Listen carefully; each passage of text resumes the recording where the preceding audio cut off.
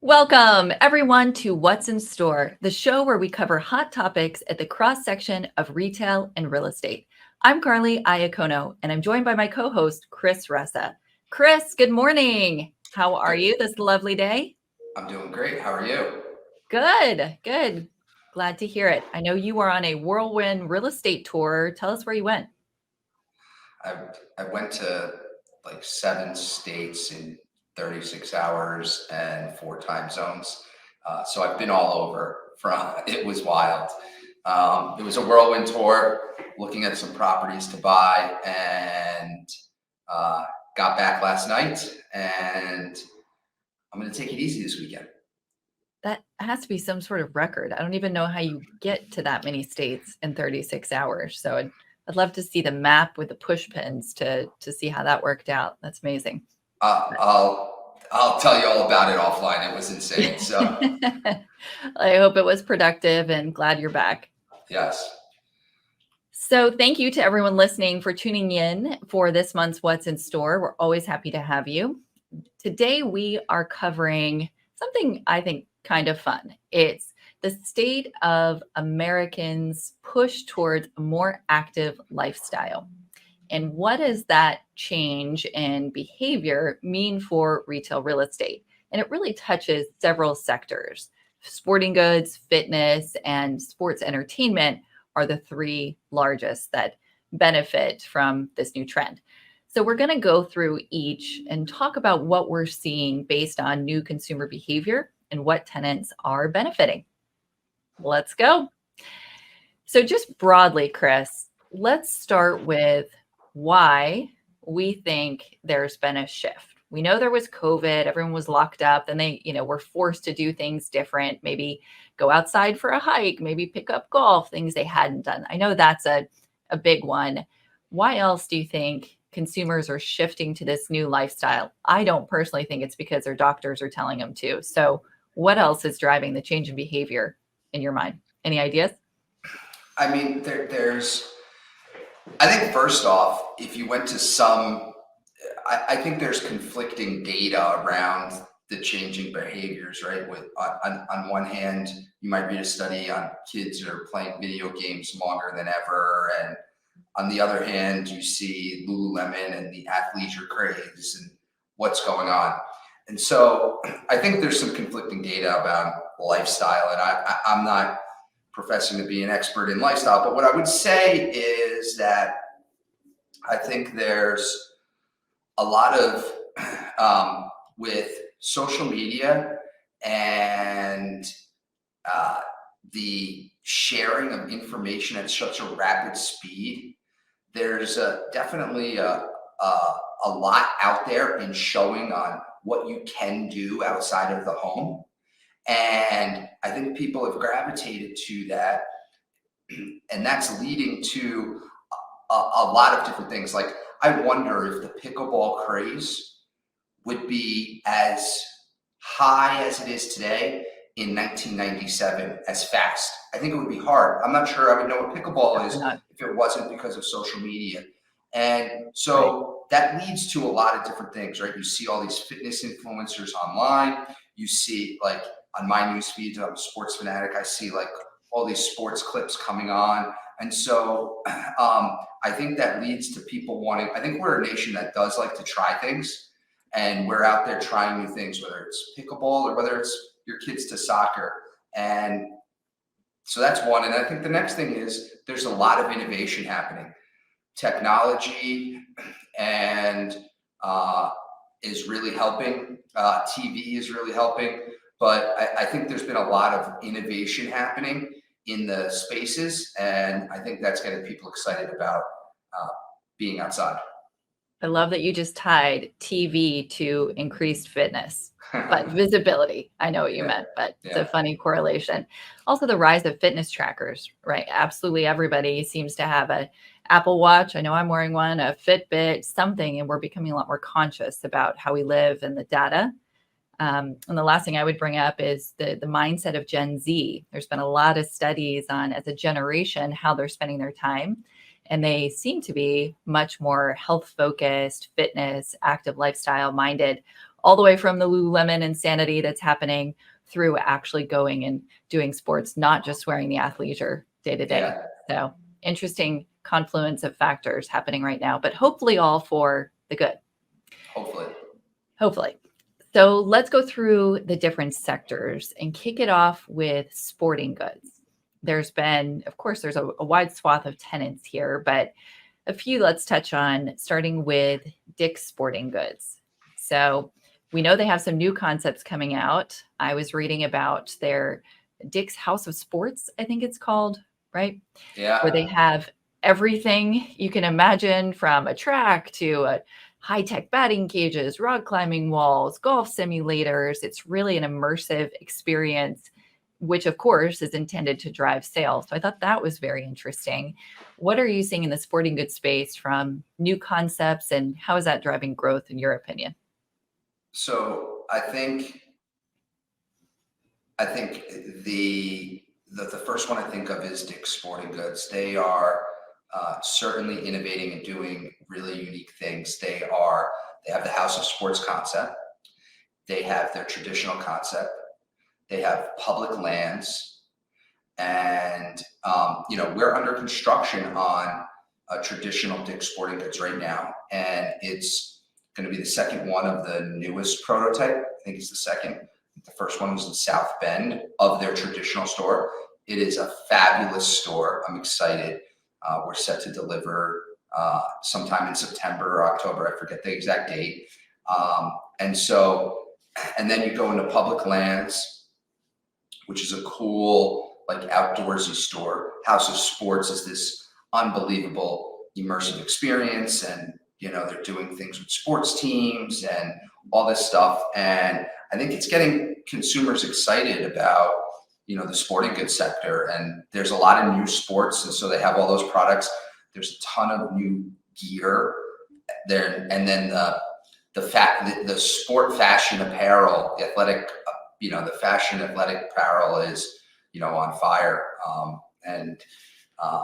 Yeah, so I think that's leading to good things for the retail real estate, because companies like Dick's are trying to bring these concepts to different markets. So they are definitely one of the bright spots in the industry. Credit Intel reported that their year-over-year sales were up 5.3%. And if you think about the last 3 years, right, we had COVID, we had sales way down, then we had a huge jump in 21 and 22. For their sales to be up in 23 year over year, coming off of such strong growth, is amazing to me, that they haven't hit a saturation point. So I think that's a really good metric and definitely a bright spot overall.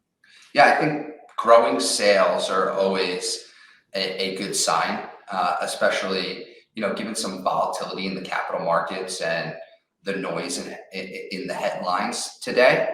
But I think when you're coming out with all these new concepts, you're spending money on your stores, and there's innovation in the product that's in the store, I think consumers open their wallet and they find a way to figure it out, especially on something they're so passionate about, like athletics, sporting goods, and athletic fashion apparel. And I think all of that additional effort that Dick's is putting into the consumer experience is really going to help them grow market share. Because at the end of the day, a lot of these are commodity items, and you could buy them multiple places. So I could probably order the same soccer ball in 10 different places, probably a lot more than that, actually. But if you're in the store, you're trying things, you're experiencing it, you're going to be drawn to that brand, and that's going to be the first to come to mind, and probably the first place that you're going to search, either online or in store. So I really think that their efforts are going to pay off long term with increased market share, which we're already seeing. What I would say to that, I think that's true to a point. I think that's true for the consumer who knows exactly what they want. Right. But a Dick's Sporting Good is a superstore, in my opinion. Their prototypes for traditional are 45,000 feet. The House of Sports 100,000 feet. When you go into a Dick's, you're getting great service. You can ask the questions that you have. They also have huge depth of product. I learn about a ton of new brands every time I'm in a Dick's Sporting Goods. They have all these sizes, colors, like I said, the depth of product. all these different brands. And so, like oftentimes I'm like, I need a couple of workout shirts, but I'm not sure what. And so I'm going to go and look at Dick's Sporting Goods. So I'm not sure the, I would say that sure, you can buy things everywhere, but the appeal to the depth of product that they have, to me, helps the art of discovery, which I think is a key component in the retail sale.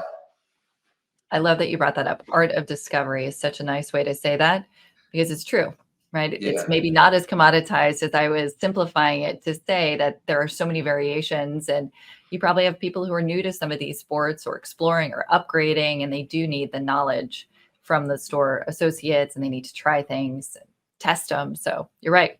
Yeah, that makes a lot yeah, of sense. for sure. What do you think about Hibbett Sports? That's been a name in the headlines a lot this year as well. I know they've got a really strong growth plan projected. Their stock has been on a wild ride for the last few years, up and down and up. So, what are your thoughts on Hibbett as a company?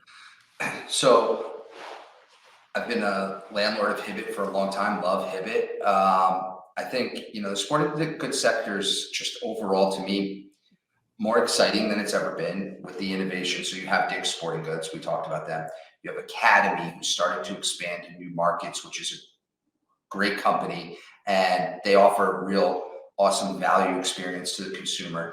And then you have Hibbett, which is this small format sporting goods store. They bought a brand that's an urban wear brand. They go into really interesting markets. They're able to go into these small markets and offers an experience that some large format retailers aren't able to offer. So I've always been a big fan of Hibbett. I think they do a great job. They're a DLC tenant, and I'm a fan. And Right. their online has also done really well. So I saw that yeah, their online growth was pretty strong. I think it was 8% the last yeah, time it was reported, which is strong. And it looks like overall they're performing well in their stores too. So perhaps it's overall expansion, not one taking from the other, which is for exactly sure. what you would want to see. Nice. All right. Anything you want to add on Academy or any other sporting goods retailers before we move on to fitness? I think, the other one I would say like that leans in is the other piece of it is that we didn't really touch on is just the sneaker fanatics in the world, and the fashion part of footwear from a sneaker Mhm. perspective, and you look at what Foot Locker has is doing from the store perspective. They're opening these new cool stores. They call them power stores. They're fascinating, awesome, like world class. What you might call a sneaker store, and some streetwear they have. That's just and I would tell you some of the products in that store you've never seen before. So I think they're getting amazing Really? product, and I think I think the sector is huge, and I think those sporting goods retailers are they're all doing a really good job right now. They've capitalized on this, coming out of COVID. We're going to get our kids out of the house. Athleisure is huge. I mean, beyond just sneakers, we touched on Lululemon, but I think every brand is trying to catch up and capture some of that market share. It's just amazing how it's become the go-to style outside of the office, and perhaps even for some people inside the office. It's such a huge trend. I think actually when I was reading Hibbett's earnings, it said 90% of their sales were apparel and footwear, not Yeah, actually sporting goods items. I, That's crazy. I would put sneakers in a different category. You I would? mean, Okay. because there's sneaker collectors out there, right? The sneaker heads True. are huge, right? I know people who have like 200 pairs of sneakers and like they won't take them out of the box. So you could go to like Okay. StockX. I have a friend who's like waiting to buy sneakers on when they drop, either in the store or on the Nike app, and then they go to StockX and flip them, and people are flipping sneakers, and it's a a huge thing. So I, I wonder I, what percentage sales the collector type consumer is versus just everyday. It probably depends on the I brand, think but I wonder I how don't know big that it's that just. is. I think it's big. Sneakerheads Yeah, are big. I mean, there's these exchanges out there now, like that people are flipping sneakers that are on fire. So I think sneakerheads are a huge, um, important part of the business, and they're also the early adopters for these brands, right. right? And so I think it's a totally different customer than the athleisure. I think but it's really important to, the consumer brands, whether Hmm. it's Supreme, whether it's Nike, the sneakerhead matters. I would love to see those sales separated out, right? What are the high-end limited edition, we'll call them sneakerhead collector sales versus everyday for a company like Nike? I don't know if that data exists, but it's pretty interesting that it's such a big part of the segment. Yeah, I mean, some of the lines when shoe drops at like Foot Locker is astounding. That's amazing. Yeah. Clearly not my world. I got to get in on this. I had no idea it was that big. So Yes. never knew what I was missing. Let's move on to fitness. So again, Americans becoming more active. They're out of their houses. Some have said that the gym is becoming sort of a social hub or a place to connect when people are working from home more or working from both the office and home. It's becoming a more important piece. And that doesn't mean that the workout from home or the omni-channel fitness has gone away. It's almost that we're kind of taking both and wrapping them into our lives, with many people having Peloton memberships and gym memberships. And the stat that I was looking at, I think this was again credit Intel, 19% of the population have active gym memberships, but that's expected to double. So the size of the fitness industry is expected to double in less than 10 years. So that's huge growth over time. There's a few companies that have done really well capturing the market segments. Some to note would be Planet Fitness, eSport at LA Fitness, and Lifetime on the high end. So those are the three that we watch. What's your view overall on fitness?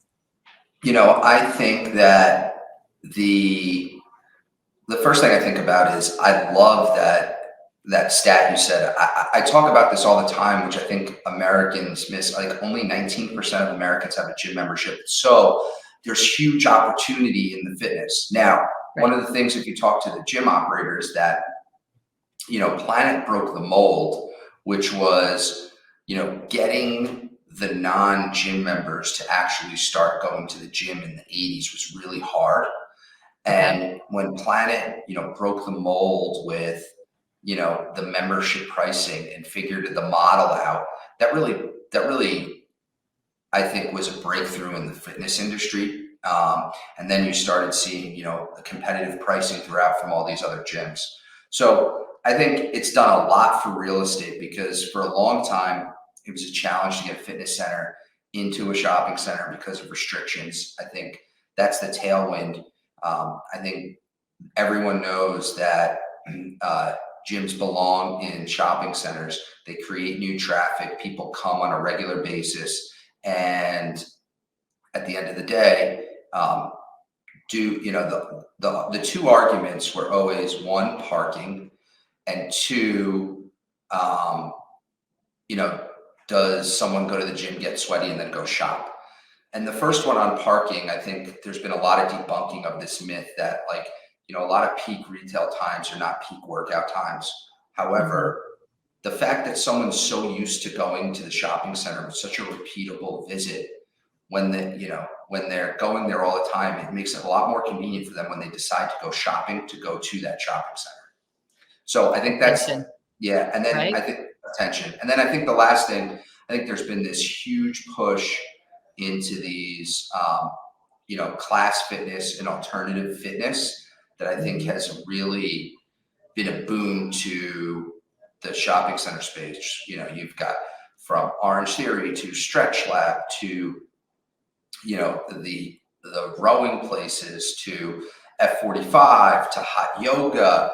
And I think the overall, the Club Pilates and the list goes on and on and on. And I think these have, brought a new consumer to shopping centers that maybe were either doing Pilates at home or went to some Pilates studio that was like in like this quasi flex building that's now this whole class fitness got branded by these companies and pushed and scaled out, which I think has been really good for shopping centers and really awesome for the consumer. And in some markets, as you talked about, people talk about they have a Peloton, they have a box gym membership, and then they have like their class fitness membership. So the notion that people weren't ever going to come back to the gym after COVID, that got debunked real quick. And I'm super bullish when you have 19% market share, and there's a lot of opportunity on the fitness sector. And a huge diversity of offerings for retail, right? Very small square footage, specialty offerings, like you just said, of all different types that target different consumers. And then we have our massive LA Fitness, Lifetime sort of gyms. And there's room for both. And I think that's the end message. And when we see the three leaders in the space opening new locations at a time when there's some economic pressures, to put it mildly, I think that's a great sign. And it really does show that consumers are dedicated to this more active lifestyle, or if not dedicated, they're certainly still keeping their gym membership so they feel connected to the active lifestyle. Whether or not they're actually going is different, but it's still an important part. And there is growth even in a time of economic stress. So we'll see if that continues. I think there's two things that really, when you're talking about working out from home versus going to the gym, there's two things that I think really make it so much more successful for the gym owner versus the home workout, which is one is the social nature and the accountability. It's a lot easier when no one's watching to say, I'm going to miss a workout. And so people love the act of going to the gym. And then the second piece of that is, I have a pretty built out gym in my house. It's something I always wanted. But if I signed up for a gym membership for like the next 20 years, it would be cheaper than what it cost me to build out my gym. So wow, that's pretty elaborate. There's a cost. Yeah. The cost benefit, in my opinion, is skews to the gym heavily, and I think you're always going to have runners who want to go run outside. You're always going to have the people who are going on hikes and doing that. But there's, from the equipment to the social accountability to the cost, the gym is clearly here to stay and here to grow. I agree. And I think the numbers are showing that. Your and I view on active lifestyles aside, it really looks like this is an overall theme for the younger generations who are driving the growth and the push in that direction. Sure, for sure. I think it will continue. Absolutely. Let's go to our third and final category today, just briefly, and that is sports entertainment. Now, we talked about pickleball on a previous episode, but it seems like you just cannot get away from talking about pickleball because the stats are staggering. So I'm just going to throw one out there before you give me your thoughts on the latest pickleball operators and trends. There were 4.8 million pickleball players in 2022, 4.8 million, which was growth of 39% since 2019. So in less than 3 years, the sport has grown 39%. And even more interesting, most of that growth is in the younger age brackets. So it's no longer, the same mindset that it's a sport for people who can't play tennis. It's now for everybody, and it is just on a tear. And the last thing I'll mention quickly is we're seeing private equity entrance into the space, which you and I touched on would be a huge turning point. So and you probably saw this, the owner of the Carolina Hurricanes purchased the Pro Pickleball Association and Pickleball Central, and he's very active in private equity. And that was a big headline just recently. So it's here to stay. Tell me about it. Tell me what you think, why you love it. I think so. From a consumer perspective, you always wonder like what's a fad and what's not. I think the numbers are showing that this isn't a fad. And as it becomes, and from a real estate perspective, I think Topgolf broke the mold in this sports entertainment world, which is like bringing like sports and entertainment from a consumer experience that anyone can do and to a commercial property setting. And, a while ago it was, people were always talking about like, I want to be the Uber of you name the industry. Right. And now what I hear is like people want to be the Topgolf of you name the industry. And I don't know who's going to win in the pickleball arena, but it's early days, but people are certainly trying. There's a lot of operators out there. And right now, because, building a Topgolf and a lot of these pickleball facilities, building a Topgolf is not an inexpensive endeavor. No. And I've looked at some of these pickleball facilities, building a pickleball facility is in the same price range.